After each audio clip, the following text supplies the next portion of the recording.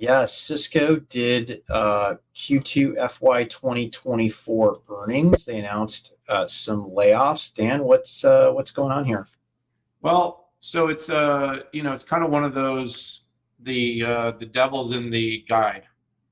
The actual results again were good. When you say a beat on both the top and the bottom line, and they did do that. But what's the attention drawn to? Well, the attention was drawn to a second consecutive quarter of softer guide, which Pat, that's indicative. I mean, Cisco is a bellwether of the IT industry. And when Cisco's saying they're slowing, there is some concern. And Pat, you and I have shared stages, and we've talked about this in public, and I don't think we'll change directions on this, is IT spend is not growing. Our data is pretty emphatic about that. So while we've got all this enthusiasm and excitement, what's happening is all the budget that traditionally went to other parts of the IT stack, it's being reallocated.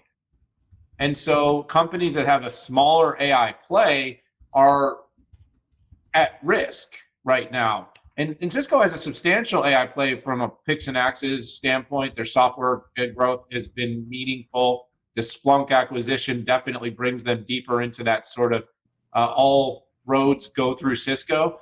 And on a really positive note, and I put this out into the Twitter sphere to a pretty good reaction, is despite lowering guidance and resetting expectations to some extent, there was one data point that I just absolutely loved in the Cisco number this quarter, and that's 50% of its business now is subscription.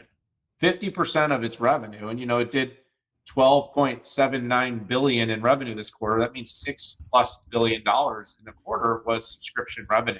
That's a massive turn. We spent time, I think a year ago, we were with Chuck Robbins at MWC, and one of the big topics of that conversation was all about the pivot.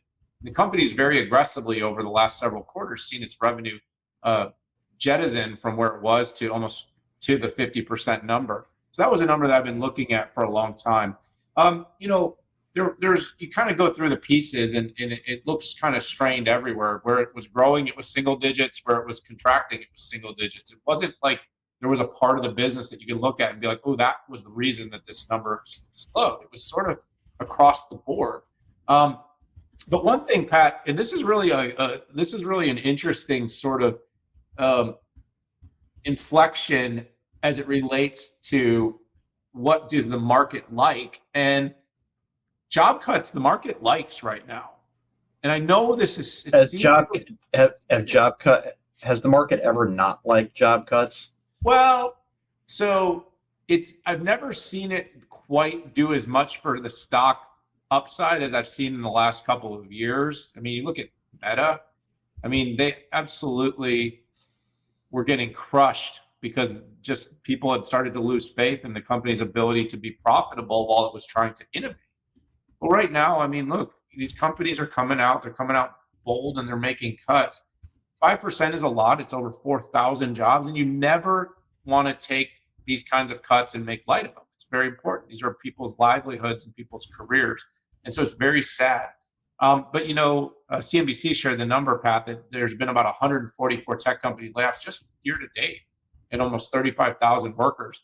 So there's this whole everything's great in the economy BS. But the truth is I feel like a few companies are sort of propping the entire market up right now, and it's almost entirely AI driven.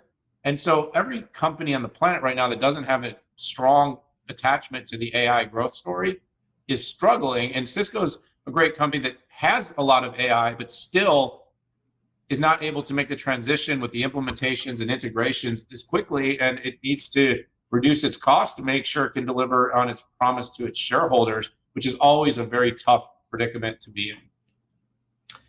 Yeah, I like to separate company-inflicted wounds and market-inflicted wounds, and I put this clearly in the market. The only thing I can't fully get around is the quote, and I'll quote Chuck here. Customers have been taking time since the start of our fiscal 24 to deploy elevated levels of products shipped to them in recent quarters, and this is taking longer than our initial expectations. So basically hardware was put in there, but them getting it up and running, which would drive more demand later. And by the way, we see this with the hyperscalers. So I don't fully understand that. What I 100% understand though is weak demand with our cable and telco and cable service provider customers. The entire industry is down with that, and Chuck said it's going to take 1 to 2 quarters to burn down that interview. I was super impressed with Splunk. On the call, they said that they expected to add $4 billion in incremental ARR. I love this acquisition. I love cross-cloud capabilities that Cisco has been investing in, because quite frankly, regardless of whose networking and whose compute you use or where it's at in the cloud, private cloud, on-prem, they still make money on it. Some other good stuff is that Meraki, they're seeing faster revenue growth in wireless, slowing in switching, and many times that's a precursor to what equipment has been installed. In fact, wireless orders were up 50% of deals over $1 million sequential. I think that's big. Other areas that aren't necessarily reliant on the network, security and collab, they both saw double-digit growth. And probably the one thing that surprised me the most, and I really need to do the double click on this, it said 3 out of the 4 top hyperscalers are deploying Ethernet AI fabric. Now, they use web scale, and I'm just thinking that must be hyperscale, but I need to go back and do that. So net, I think this is a momentary blip here, especially for service providers.